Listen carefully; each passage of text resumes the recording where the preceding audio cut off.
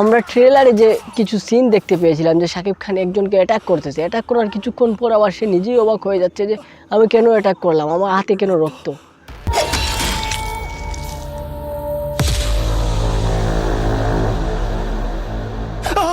Welcome to the সমালোচনার দুনিয়া। তো বন্ধুরা, আমি দরদ সিনেমাটা যেদিন রিলিজ হয় সেদিনই দেখার কথা ছিল, কিন্তু ভাই দেখতে পারি নাই, অসুস্থ ছিলাম, অ্যালার্জিগত কিছু সমস্যা, যাই হোক, আর যার কারণে রিভিউটা আমি নিয়ে আসতে পারি নাই। তো আজকে বন্ধুরা দেখেন, আমি সিনেমাটা দেখে এসেছি এবং আপনাদের সামনে চলে এসেছি এই সিনেমার রিভিউ দিতে।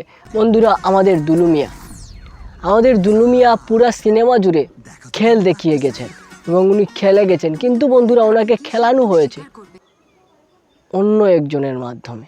সেই একজনটা হচ্ছে, স্পয়লার হয়ে যাবে কিন্তু তাও বলে দিই, সেই একজনটা হচ্ছেন ওনার স্ত্রীর জন্য পুরো সিনেমাটাই উনি এই দৌড়াদৌড়ি, যা ভেজাল সৃষ্টি করা যায় ওনার স্ত্রীর সুখের জন্য, ওনার স্ত্রীকে কেউ দুঃখ দিয়েছে তার জন্য, ওনার স্ত্রীর প্রতি কারো কথার আঘাত পাওয়ার জন্য, সেই প্রতিশোধ নেওয়ার জন্য এই দুলু মিয়া পুরো সিনেমায় একটা খেল দেখিয়ে গেছেন বন্ধুরা। আর যেই খেলটা দেখিয়ে গেছেন সেই খেলে কি আমরা পরিতৃপ্ত হয়েছি। হ্যাঁ, পরিতৃপ্ত হয়েছি। এখানে কিছু ইউটিউবাররা যারা নেগেটিভ রিভিউ দিতেছে, তারা কিন্তু যখন তুফান সিনেমা এসেছিল তখন তুফান সিনেমার স্টোরি আহামরি তেমন কোনো ভালো ছিল না।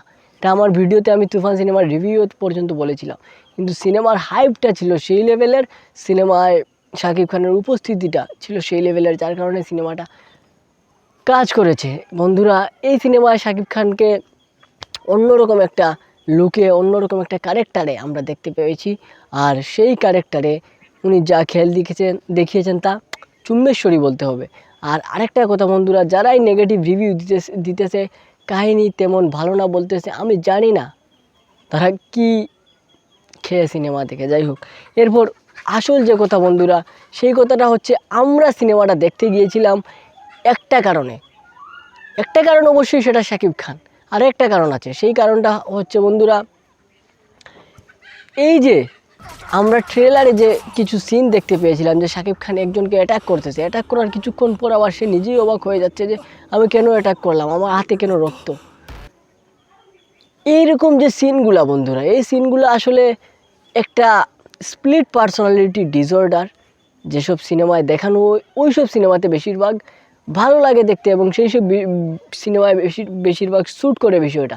এখন স্প্লিট পার্সোনালিটি ডিসঅর্ডার বা মাল্টিপল পার্সোনালিটি ডিসঅর্ডার বিষয়টা কি, সেটা যদি আমি আপনাদের কাছে ব্যাখ্যা করি, যারা অ্যাভেঞ্জার সিনেমা দেখেছেন বা মার্বেলের সিনেমা দেখেন, ওইখানে দেখবেন হাল্ক কখনো ব্রুস ব্যানার থাকে, কখনো হাল্ক হয়ে যায়। যখন তার রাগ উঠে যায় তখন সে হাল্কে রূপান্তরিত হয়ে যায়। ওই যে দুইটা পার্সোনালিটি হয়ে যাওয়া, এটার একটু বলে স্প্লিট পার্সোনালিটি।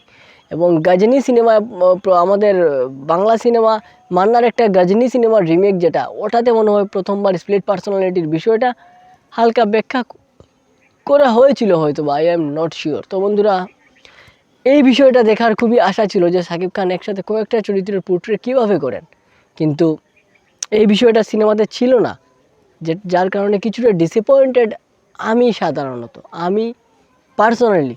তবে সিনেমায় যে বিষয়গুলো দেখানো হয়েছে বন্ধুরা, যে স্টোরিটা দেখানো হয়েছে বন্ধুরা, আপনারা সিনেমাটা দেখলে মজে যাবেন। হ্যাঁ, হালকা কিছু ভুল ছিল সিনেমাগুলোতে, কিছু সমস্যা ছিল, কিছু অমিল ছিল, কিন্তু আমরা যেহেতু বেশিরভাগ সিনেমা রিভিউ করে থাকি, সিনেমা খুঁটিয়ে দেখে থাকি, তাই আমার চোখে হয়তো বা হালকা লেগেছে। কিন্তু আপনারা যেহেতু জাস্ট এন্টারটেনমেন্টের জন্য সিনেমা দেখতে যাবেন, তাই আমি আশা করব আপনাদের চোখে এসব লাগবে না এবং আপনারা সিনেমাটা ভালোভাবেই এনজয় করতে পারবেন। আর আমার কাছে যেহেতু সিনেমাটা ভালো লেগেছে, তাই আপনাদের কাছেও ভালো লাগবে, এটা আশা করা যায়। আজকের মতো বিদায়, দেখা হচ্ছে নেক্সট ভিডিওতে। আসসালামু আলাইকুম।